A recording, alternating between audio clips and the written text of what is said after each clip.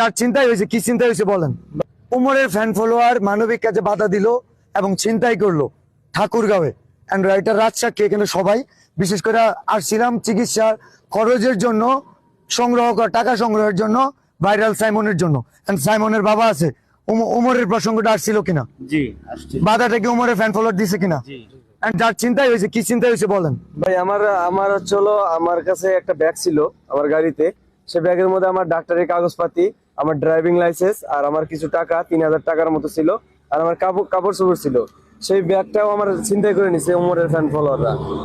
আমি বলি ঠাকুরগাঁওয়ে 3000 টাকা আমি দিয়ে দিতে পারবো, কিন্তু ড্রাইভিং লাইসেন্স আর কি কি ছিল আমার কাগজ, এই জিনিসগুলো উমরের ঠাকুরগাঁওয়ে এক একটা সাবস্ক্রাইবার না, এক একটা হচ্ছে ভাই।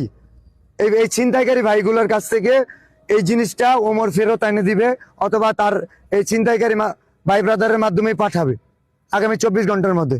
যদি ওদের হট্টগোলের কারণে অনেক কালেকশন মাইজ গেছে, এই ক্ষতি সাইমনের করছে। একটা ছোট্ট বাচ্চার যে ক্ষতি করতে পারে, কিন্তু শহরের বাচ্চা, ওটা মানুষের বাচ্চা বলবো না, বলবে 400 বিলালের ভাষা ভালো না। এই উত্তরবঙ্গে ওমর বয়কট